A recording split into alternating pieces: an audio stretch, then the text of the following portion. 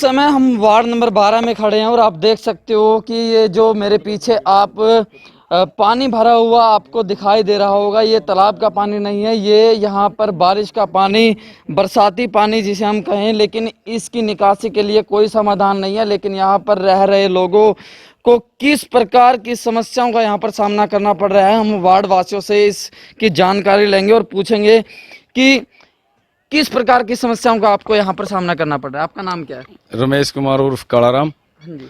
Sir यहाँ बहुत बुरा हाल है, आने जाने में दिक्कत होती है। जैसे कोई हमारे बुजुर्ग हैं, गिर के उनकी टांग टूट गई, तो इस करके हमें बहुत दिक्कत आती है। सर हमारा ये पहले वार्ड नंबर 18 था, एक था सर, ये एक में ना 2 हिस्से कर दिए गए हैं। पहले बड़ा वार्ड था जी सर, 12 और 13 दोनों MC 12 और 13 वाले बोलते हैं कि ये कॉलोनी हमारे हिस्से में नहीं है। आप MC के पास कितनी बार जा चुके हो? सर कोई गिनती नहीं है सर, अनगिनत बार MC के पास जा चुके हैं। दोनों के पास या एक के पास? दोनों के पास सर। दोनों क्या कहते हैं? दोनों सर ये कहते हैं कि वो अगर बलजीत रंगा के पास जाए वो कहता है गौरव के हिस्से में है, गोल्डी के हिस्से में है। गोल्डी के पास जाए कहता है वो बलजीत रंगा की। यानी कि दोनों ही MC पल्ला झाड़ रहे हैं और कहते हैं कि ये समस्या हमारी नहीं। आपका नाम क्या है? रमनपुर जी।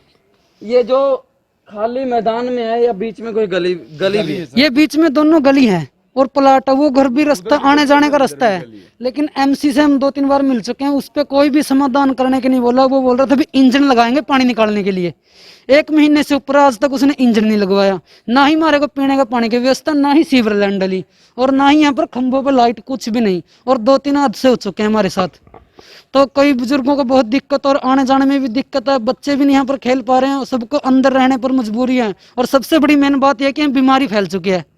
सबसे ज्यादा मच्छर, सांप, पैर वगैरह सब हमारे घरों में घुस रहे हैं। आपका नाम क्या है जी? रोहतास से सर। रोहतास जी। हाँ सर, मेरे तो बहुत दिक्कत हो रही है। मेरी मम्मी ने ऑपरेशन करवाया था, यहाँ दवाई बट्टी ले जाता हूँ हॉस्पिटल में, तो गोदी निकाल के यहाँ निकालनी पड़ती है, यहाँ से फिर आगे निकालनी पड़ती है। एक बार दोबारा गिर चुकी है, दोबारा भी गिर चुकी है। मैं तो बहुत परेशान हो रहा है सर। यहाँ का पानी, गली में इतना पानी हो रहा है, मच्छर भी, मक्खी भी और सांप भी कई बार निकले हैं।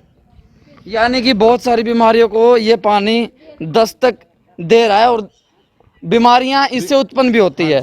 जहां सरकार बीमारियों की रोकथाम के लिए बहुत सारी योजनाएं, बहुत सारी जो है तरीके अपनाने को या अपील करती है, और वहीं पर किस तरह से बीमारियां यहां पर उत्पन्न होती है इसका कोई समाधान यहां पर नहीं है। और MC के पास जाते हो तो MC इस बात से पल्ला पूरी तरह से झाड़ लेता है। और आप गली देख सकते हो, ये गली राखी किसने डलवाई? MC ने राखी हमने खुद के अपने पर्सनल खर्चे से डलवाई है। लेकिन MC को हमने बोला था भी थोड़े बहुत जो सीवर डलवा दिए, उनकी लाइनें बैठ चुकी हैं और खड्डे हो चुके हैं। आप किसी से भी अपील करके महकमे से इस सड़क को थोड़ा मिट्टी या कोई राखी वगैरह डाल के एक बराबर कर दो। लेकिन उसने साफ मना कर दिया है। भाई मेरे हाथ में कोई भी प्रोग्रेस नहीं इस काम की।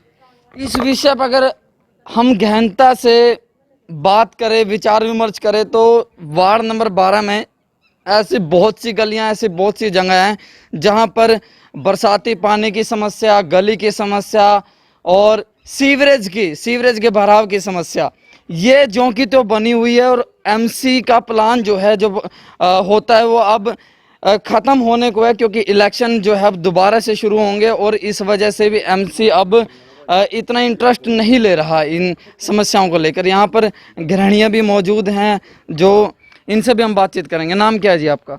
सत्या जी। तो आप किस तरह का जीवन व्यतीत कर रहे हैं? कितने सालों से ये समस्या बनी हुई है? 20 साल से ही। 20 साल से? हाँ जी। कितने साल से आप यहाँ रह रहे हो? हम रह रहे 15 साल से जी। 15 साल से आप रह रहे हो, लेकिन 20 साल से समस्या बनी हुई है। बनी हुई है जी। कोई समाधान नहीं? कोई समाधान नहीं, कोई सुने नहीं रहा। जाम हमारी वोटा लेवा जतो हाथ जोड़ा, उसके बाद कोई पूछण भी नहीं आंदा। कोई ने भी नहीं पूछता था। मैं डुब्बा तीरा रास्ता है, नहीं है, तंग है, दुखी है, दुख सुख सब गले लगे हुए हैं। बहुआ का, इनका बेचारिया का बच्चे होना, क्या माँ ले जा, क्या माँ ले आवा, किस तरह ले जा, कोई दर्द हो जा, पीड़ हो जा, कितनी मुश्किल है। टॉयलेट की कुइयां, बड़ी मुश्किल है। कुइयां यहाँ बैठ गई, टॉयलेट की कुइयां बैठ गई और बड़ी दिक्कत है। कोई मेहमान आ जाए घर, उन्हें कैसे बुलावा, कैसे ले आवा, उसने कितनी दिक्कत है। रिश्तेदार भी है, शादी भी है, बच्चे भी हैं, लड़की भी हैं, लड़के भी हैं। बताया ये भी जा रहा है नहीं कि काम करते, सारे काम होते हैं, कैसे होंगे? किस तरह आएंगे रिश्तेदार? कमा गांवों से भी बेकार, कोई मारा रहना जीवन कोई अच्छा नहीं लगता किसी ने भी। जब वोटा लेना हो जब कैसे आ जा हमारे बारे में ऐसे हाथ जोड़ा, फिर कुछ भी नहीं, फिर कह दिया पहले प्लान में कराओ, पहले प्लान में क्या बना, क्या कर दिया, क्या सुधार हो गया? ऐसे सुधार हो जाएंगे? यह जवाब है, किसी के पास जाते हो तो यह जवाब आता है। जी देख सकते हो किस तरह से इनका दर्द जो है अब कैमरे के सामने झलक रहा है, और आप देख सकते हो कि यहाँ पर रहने के लिए किस तरह से विवश हैं, किन समस्याओं का यहाँ पर सामना करना पड़ रहा है। और आप देख सकते हो कि यहाँ पर रह रहे लोगों का दर्द आपने कैमरे के माध्यम से भी देखा। और इस खासकर जो 12 वार्ड है, जो पहले 18 वार्ड था, बहुत बड़ा वार्ड था, इसको 2 भागों में बांटा गया, 12 और 13 बनाया गया, लेकिन समस्या ज्यों की त्यों बनी हुई है। इस वार्ड को 2 भागों में बंटने के बाद भी समस्या ज्यों की त्यों बनी हुई है। लेकिन अभी हम बातचीत करना चाहेंगे कि इस वार्ड के बारे में ये पता चला है कि यहाँ जो बने हुए घर हैं ये वैध हैं या अवैध हैं? इनका तो सर वैध ऐसे हमारी रजिस्ट्री भी हुई है, रजिस्ट्री हुई है, बिल आते हैं पानी के बिल नहीं आते, हमारे रजिस्ट्री हुई है, हमारा सब कुछ हो रहा है यहाँ पर। बिजली का बिल भी आता है। आप बिजली का बिल भी भरते हो? रजिस्ट्री भी है हमारे पास, रजिस्ट्रियाँ भी है। और हमने हाउस टैक्स के लिए फाइलें भी जमा कर दी हैं। तो ना ही हमारे को अभी यहाँ सीवर डाल के दिया, ना ही हमारे को पानी की लाइन तो डाल दिया, लेकिन उसका कनेक्शन नहीं जोड़ा। जो कि पीछे कॉलोनी है उनको पानी भी दे दिया है और हमारे को पानी भी नहीं दिया है। अगर बात वैध और अवैध की आती है, यदि यहाँ पर बिजली के बिल आ रहे हैं, बताया जा रहा है बिजली का बिल आ रहा है, हाउस टैक्स की व्यवस्था के लिए इन्होंने फाइल जमा करवा दी गई है, रजिस्ट्रियाँ यहाँ पर हो रही है, तो मैं ये भी पूछना चाहता हूँ कि ये अवैध कहाँ से हो गई? एमसी के पास जाते तो यही बोलते हैं कि वो अवैध कॉलोनी है, ये अनप्रूव्ड कॉलोनी नहीं है तुम्हारे लिए, तो इसमें कोई भी विकास नहीं हो सकता। इसमें कोई भी विकास नहीं हो सकता। उन्होंने ये खुला कहा कि कोई भी विकास नहीं हो सकता, आप अनप्रूव्ड कॉलोनी में बैठे हो, अवैध कॉलोनी में बैठे हो। हाँ जी, चूल्हा टैक्स कमेटी में भर काम है, कमेटी में आप भर के जाते हो चूल्हा टैक्स?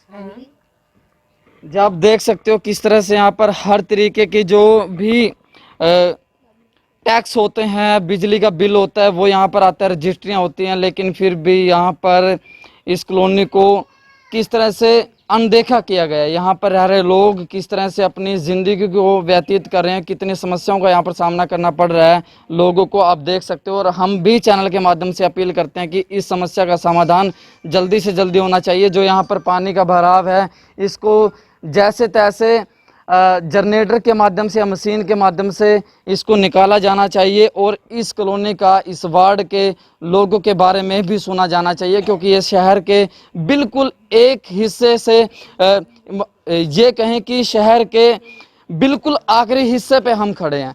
जहां नरेंद्र मोदी की बात करें, वो चीन तक जो है अपना जो चीन की सीमा लगती है वहां तक अपने एरिया में जो सड़क बनाने का काम है, वहाँ पर विकास करने की बात लगातार सामने आती है। लेकिन नीचे लेवल पे अगर हम बातचीत करें तो नीचे लेवल पर इस तरह की समस्या से लोग जूझ रहे हैं। सड़कें यहाँ पर नहीं है, सीवरेज की समस्या से यहाँ पर जूझ रहे हैं, पानी का बहाव यहाँ पर लगातार कई दिनों से यहाँ पर जमा है, और यहाँ पर जिससे बहुत सारी बीमारियां भी उत्पन्न होती हैं। आप बने रहें, आप हमारे साथ देखना यही है कि इस खबर का कितना असर होता है। और संबंधित अधिकारियों से भी हम अपील करना चाहते हैं कि जल्द से जल्द यहाँ पर रह रहे लोगों के बारे में सोचना चाहिए, और सोचा जाना भी चाहिए, और जल्दी से जल्दी इस समस्या का समाधान होना चाहिए। मैं हूँ कैमरामैन बॉबी के साथ सन्नी प्रजापति।